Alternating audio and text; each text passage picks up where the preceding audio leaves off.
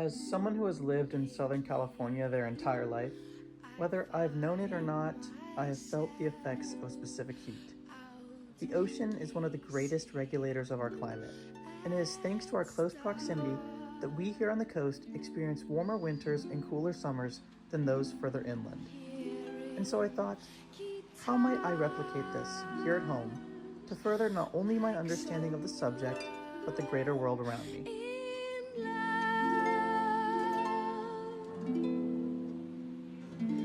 Sometimes the things I do astound me. Specific heat capacity is a physical property of all materials that describes the amount of energy required to raise the temperature of a given volume. Water has a much higher specific heat, approximately 4 times higher than land. Additionally, water is much better at transmitting sunlight and dispersing its energy. So, to put it simply, this means the ocean heats and cools much less dramatically than the Earth. So, for my project, I'm gonna need a rock. All right, we've got a rock here. A piece of earth. We're gonna drill a hole into it so we can get a reading of temperature inside as well as on the surface. Rock.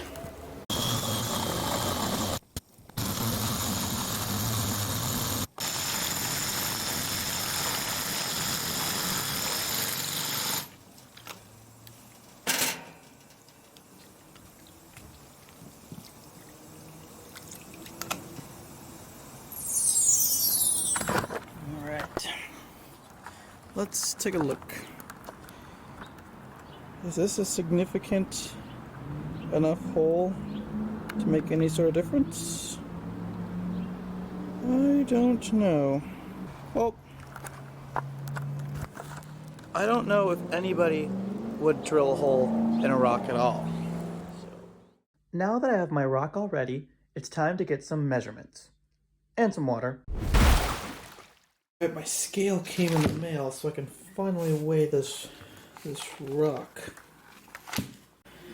We are at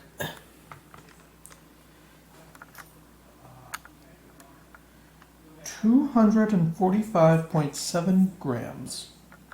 And here I have this plastic bowl.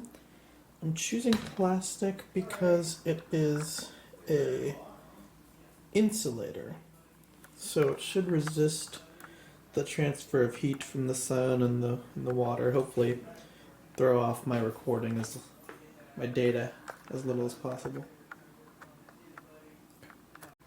So we have 248 grams of water. I'm gonna go a little more on the water to account for any possible evaporation, but pretty close. Pretty close. I then moved my subjects outside and went off to bed.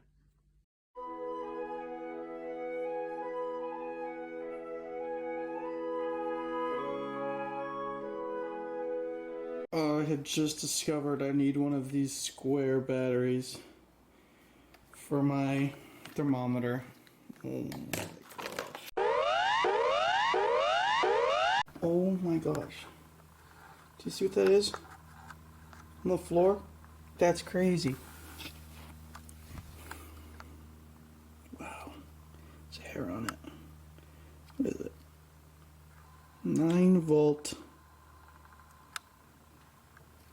Okay. There's a couple more over here too.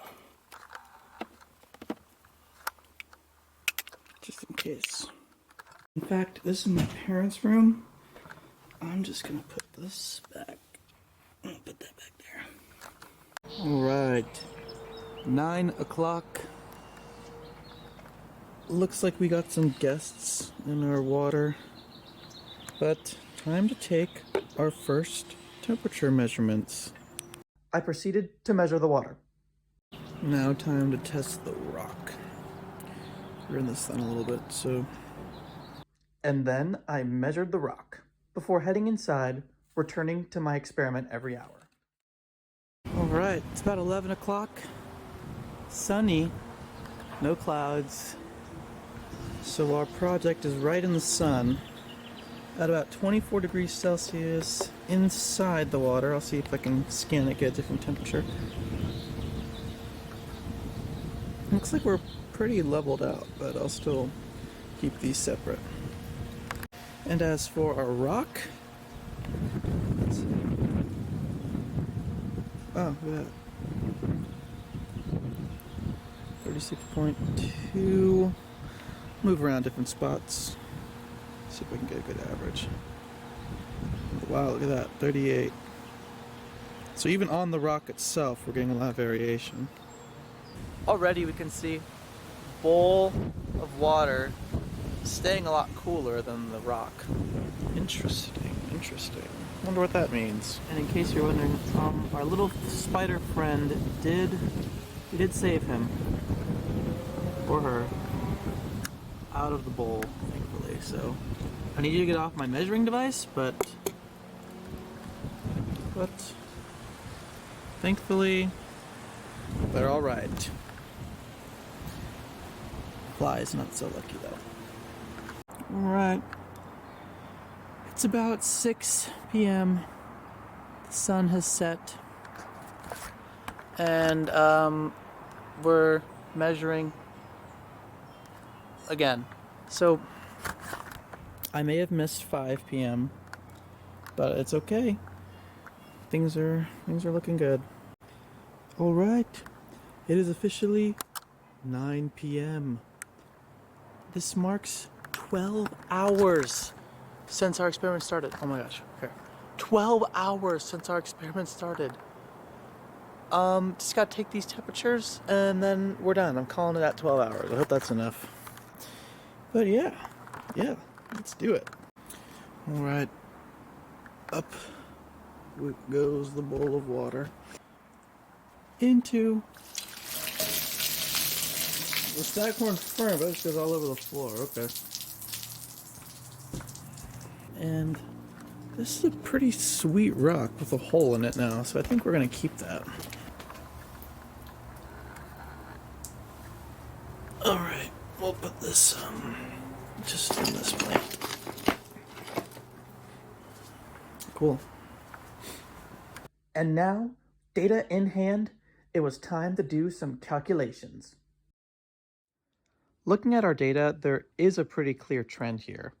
Not only did the rock start off warmer, it ended cooler. And if we take a look at the calculated average change in temperature, the rock averages around 7 degrees, while the water sits at 5. So, while this might not have been a entirely accurate depiction of specific heat, it certainly was pretty effective in at least showing a little bit of what's going on. And it was really fun and really easy.